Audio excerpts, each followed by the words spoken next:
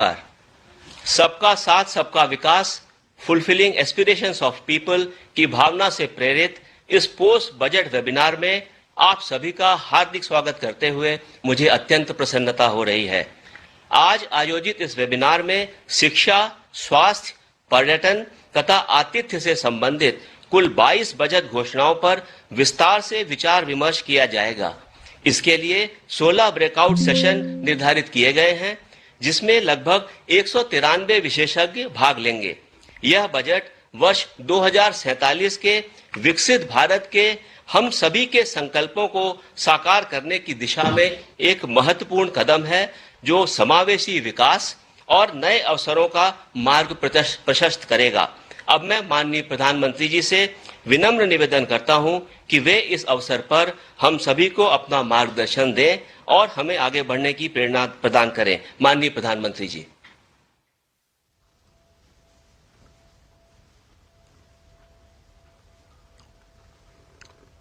साथियों, बजट के बाद वेबिनार की इस सीरीज में आज चौथा और अहम वेबिनार है। फुलफिलिंग एस्पिरेशंस ऑफ पीपल, यानी जन आकांक्षाओं की पूर्ति। ये केवल एक चर्चा का विषय नहीं है, ये इस बजट का मूल ध्येय है और इस सरकार का संकल्प भी है। इन जन आकांक्षाओं की पूर्ति का बहुत बड़ा माध्यम education, skill, health, tourism, sports, culture ऐसे मूलभूत सेक्टर्स हैं। इसलिए इस वेबिनार में हम इन महत्वपूर्ण आयामों पर चर्चा कर रहे हैं। बजट घोषणाओं के इंप्लीमेंटेशन के लिए इन विषयों से जुड़े सभी एक्सपर्ट्स, पॉलिसी मेकर्स और स्कॉलर्स, एंटरप्रेन्योर्स और मेरे युवा साथी, आप सभी के विचार और सुझाव बहुत अहम है। मैं आप सभी का इस चौथे बजट वेबिनार के इस सत्र में स्वागत करता हूं, अभिनंदन करता हूं। साथियों, भारत आज प्रिवेंटिव और होलिस्टिक हेल्थ के लिए एक विशाल विजन पर काम कर रहा है। पिछले कुछ वर्षों में देश का हेल्थ इंफ्रास्ट्रक्चर मजबूत हुआ है। सैकड़ों जिलों में नए नए मेडिकल कॉलेज खुल गए हैं। आयुष्मान भारत योजना, आरोग्य मंदिरों के माध्यम से स्वास्थ्य सेवाओं की पहुंच गांव-गांव तक बढ़ाई गई है। हमारे योग और आयुर्वेद पूरी दुनिया में पॉपुलर हो रहे हैं। आप सभी इसके विभिन्न पहलुओं पर संवाद अवश्य करेंगे, लेकिन एक अहम विषय जिसका मैं जिक्र करना चाहूंगा वो है केयर इकोनॉमी। आने वाले दशक में देश में सीनियर सिटीजन्स की संख्या तेजी से बढ़ेगी। इसके अलावा आज वर्तमान में दुनिया के कई देशों में केयर गिवर्स की भारी मांग है। इसलिए अब हेल्थ सेक्टर में लाखों युवाओं के लिए नई स्किल आधारित रोजगार के नए अवसर तैयार हो रहे हैं।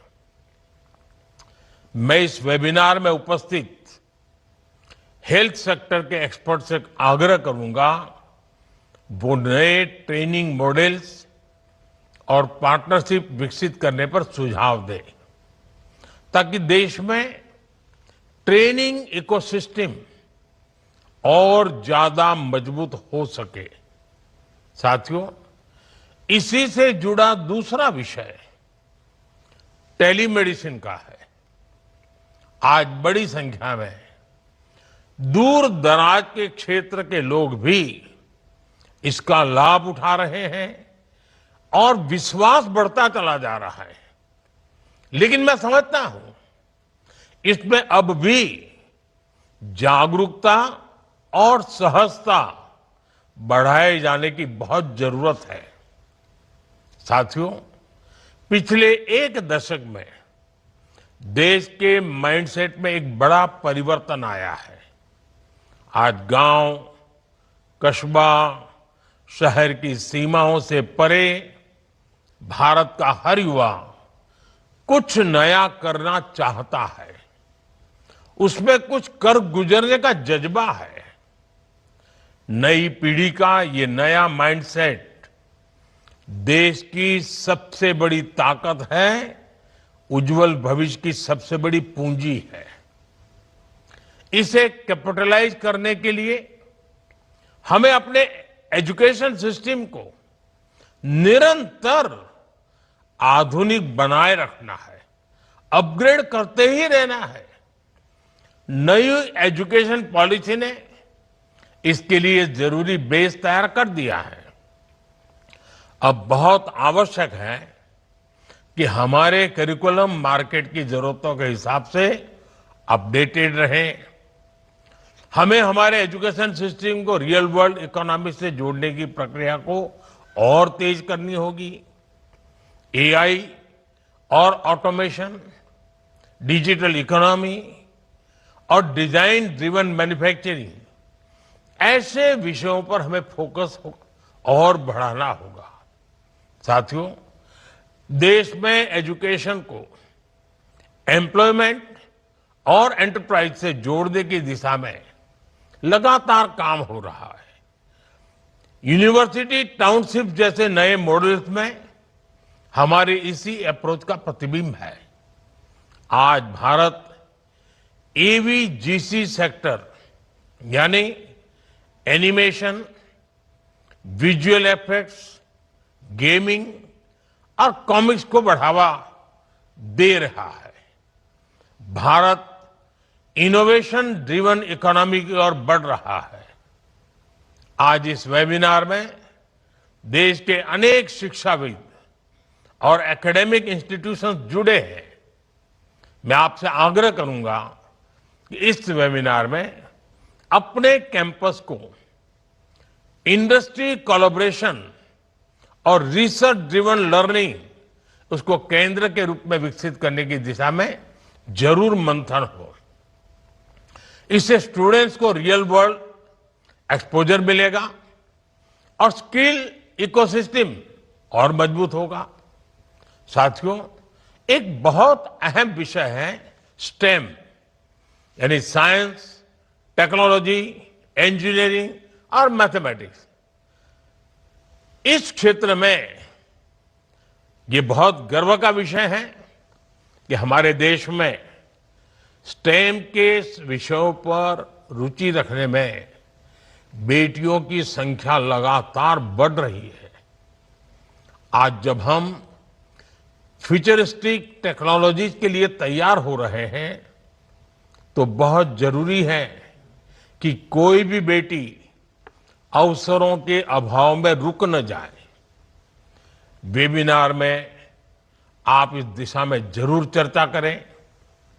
हमें महिलाओं के पार्टिसिपेशन को बढ़ाने पर और जोर देना होगा।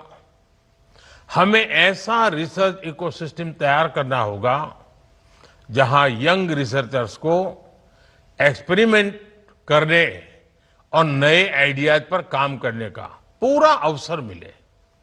साथियों, युवा शक्ति तभी राष्ट्रीय शक्ति बनती है जब वह स्वस्थ भी हो, अनुशासित भी हो और आत्मविश्वास से भरी हो।